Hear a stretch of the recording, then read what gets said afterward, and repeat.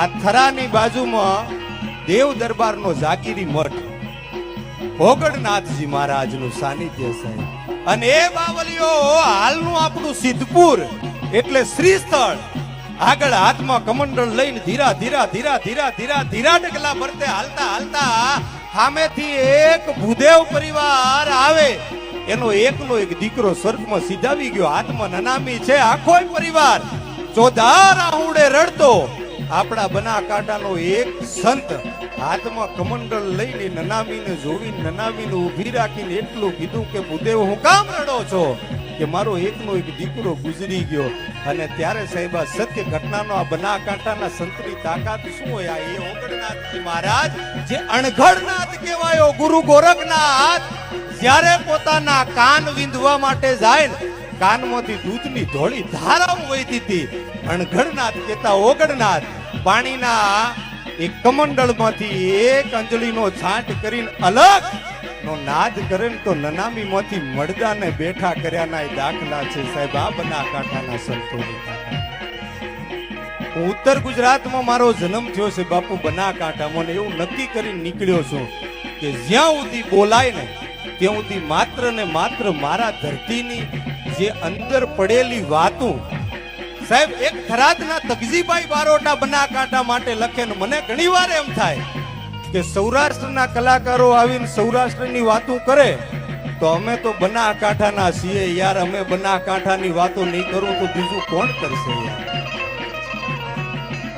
આ થરાદના બારોટજી લખે કે ઉત્તરમાં અંબાજી આસન. આ બનાસકાંઠો છે કેવો ખબર? કે ઉત્તરમાં અંબાજી આસન અને ધીમાધર ધરણીધર એ પાલનપુરમાં પાતાળેશ્વર પૂજાતા પરમેશ્વર. રણના કાંઠે કરે રખોપા નડેશ્વરી થી નાતો. એ સૌથી પ્યારો સૌથી વાલો મારો બનાસકાંઠો. પછી મને એમ થયું કે મારે કંઈક લખવું જોઈએ. મેં લખ્યું બનાસકાંઠા માટે. છે કેવો બનાસકાંઠો? કે ગેળા ગામે બેઠો દાદો. અરે સાહેબ દુનિયામાં તમે ગમે ત્યાં ફરી લ્યો, પથ્થરનો પહાડ હોય એ પાણાના પહાડ હોય, પણ શ્રીફળનો પહાડ જગતને જોવો હોય ને તો એકવાર બનાસકાંઠામાં ધક્કો ખાવો પડે. દુનિયામાં ક્યાંય ના હોય. બનાસકાંઠો છે કેવો? કે ગેળા ગામે બેઠો દાદો, માત બેઠી માંગરોળે, ગામે ગામ ઉભા છે પાળિયા જે દુશ્મનને ગમરોળે. સરહદના જવાન અમારે છે રણછોડ પગીથી નાતો. અરે સરહદના જવાન અમારે છે રઘુનાથ ગીરી ને ખુશાલ ભારતી મહારાજ થી નાતો. એ સૌથી પ્યારો સૌથી વાલો આપણો બનાસકાંઠો, આપણો બનાસકાંઠો છે.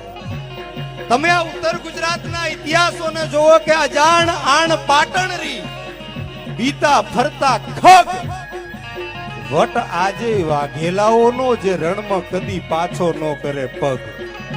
સાહેબ સોલંકી કાળનો ઇતિહાસ સામે નજર તો નાખીને જુઓ. આ પાટણનું રજવાડું જે હતું ને આ બાજુ કલકત્તા, દિલ્હી, મેવાડ થી માંડી અને ઓમાન અને ઈરાક સુધી જેનું રજવાડાનું શાસન લાગતું સાહેબ એટલું તો પાટણનું રજવાડાનું શાસન હતું.